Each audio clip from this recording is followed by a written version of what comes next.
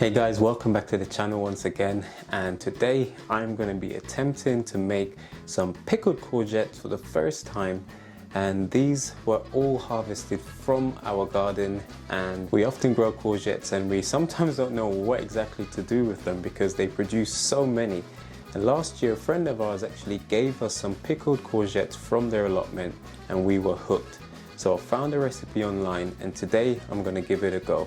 Wish me luck. Okay, so the ingredients that you need for this recipe, guys, is a large onion, which didn't come from our garden because our onions actually aren't ready yet. Bay leaves, which we also have a small plant in our garden. We got some dill, that one's from the store. Courgettes, which were harvested in our garden, and I'm really excited to use these guys, which are garlic, which was actually grown in our garden a few weeks ago. We harvested these and we can't wait to use them. Now the next thing that you'll need around 300 ml of white vinegar. This is all we've got. It's not posh or anything, this is just the distilled stuff, but it will have to do. Then you need, the recipe says 300 grams of sugar.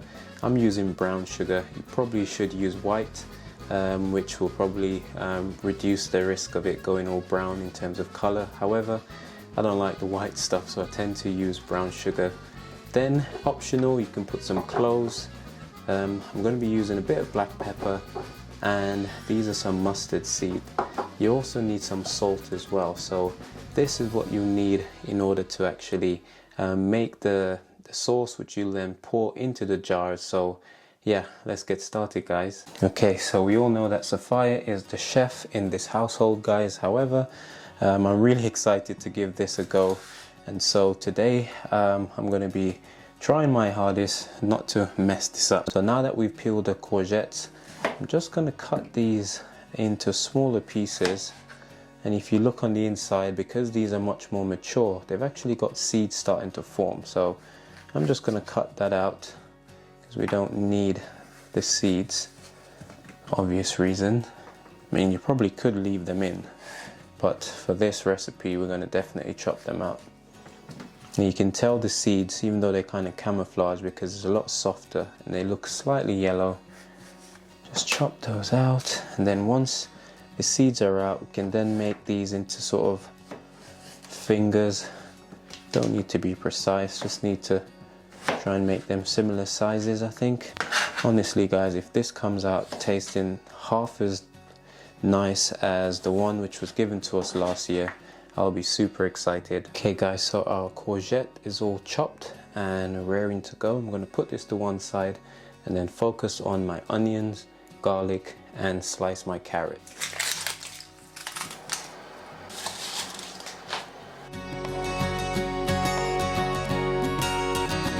Okay guys, I'm so excited about this garlic because we actually grew these in our garden this year.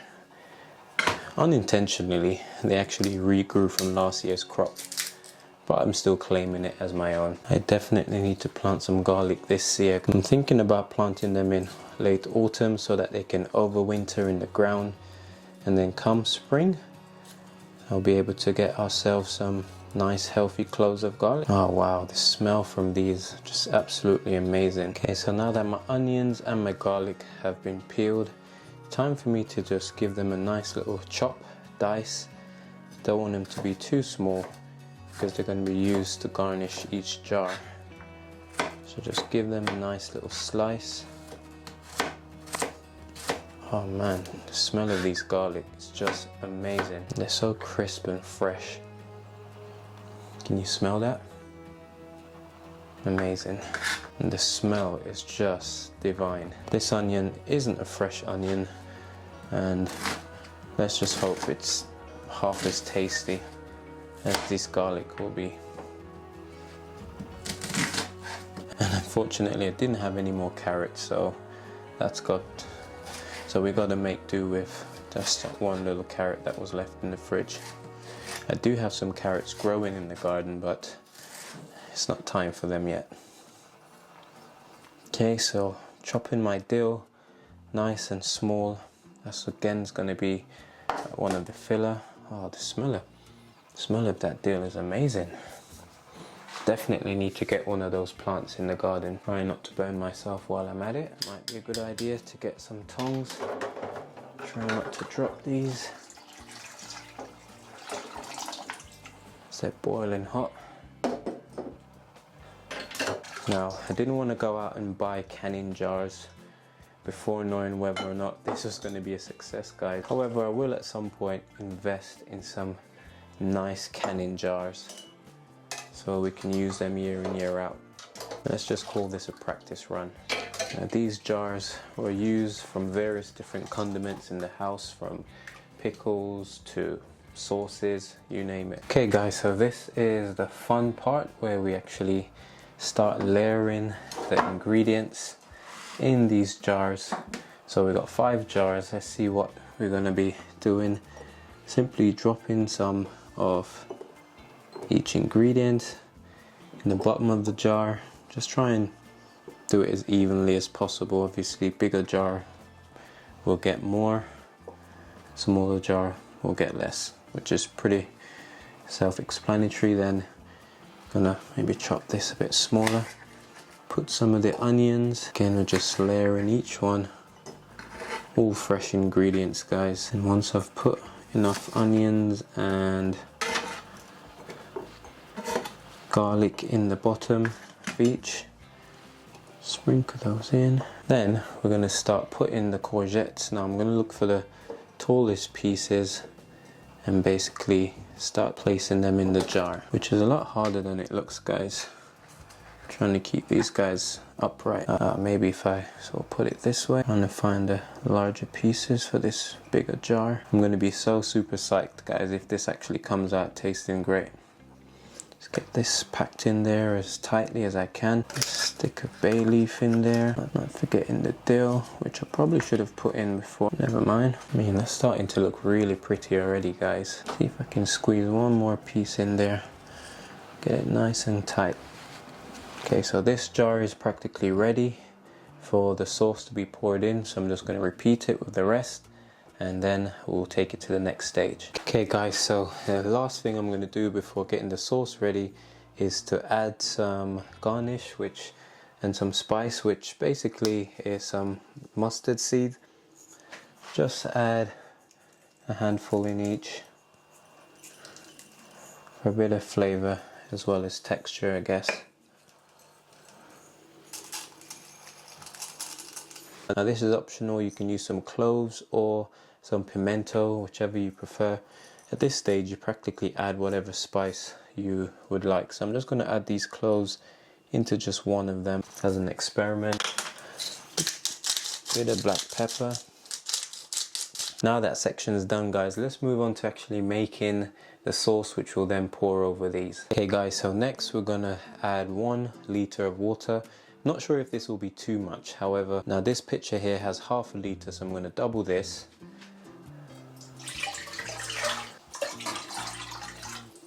And then we're going to add around 300 milliliters of vinegar. Yeah, around that mark.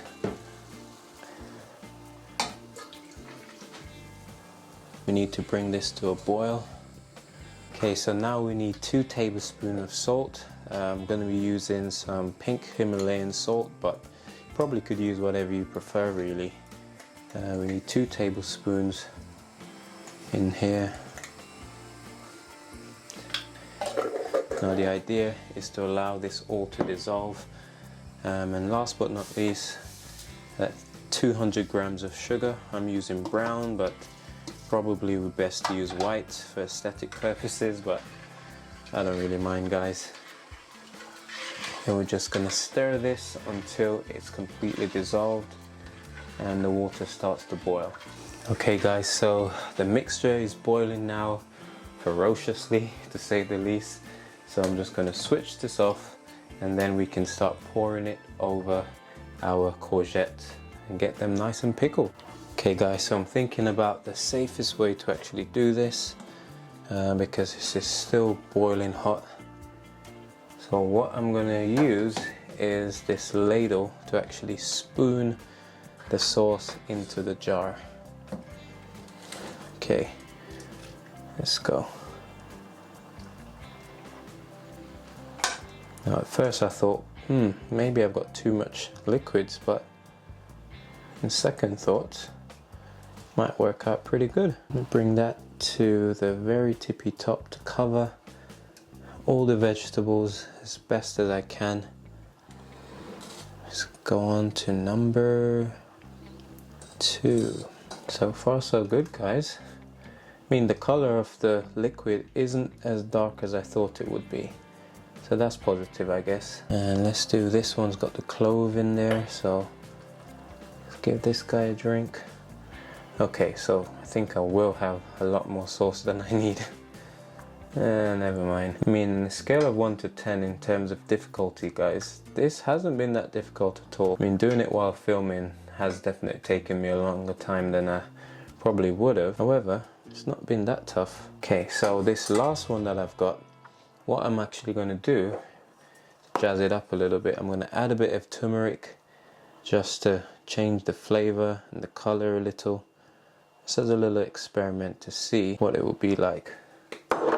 We do use a lot of turmeric in our meals. Okay, let me put that down before I burn myself. So the color should be at least a little bit more yellow because of the turmeric. Oh, looking good, guys, looking good. I mean, this looks proper legit. Oh wow, guys, look at this.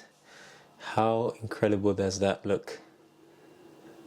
To know that it all started from something like this, and that looks so good. I can't wait to taste these. So the next step and the final step is to figure out which lid belongs to which jar. Get them nice and sealed, as tight as possible. Just get that lid on there, and then the last thing to do is to bring them to a boil in a pan for around 7 to 10 minutes, and then job done. At some point I will invest in some better quality jars, to say the least, but for now I'm not looking for perfection, guys. I'm just looking for something that will work. Look at that.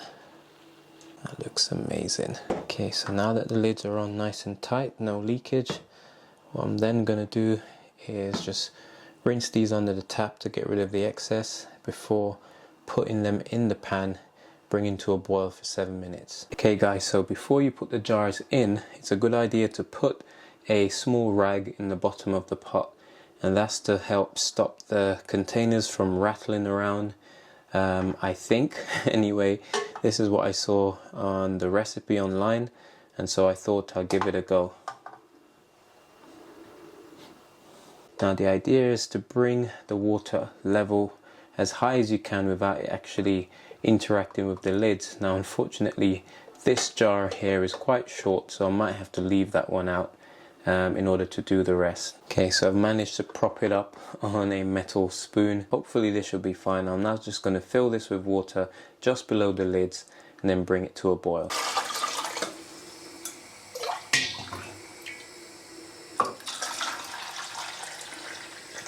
Again, this time we don't want it to come above the lids. You want it to be just below them.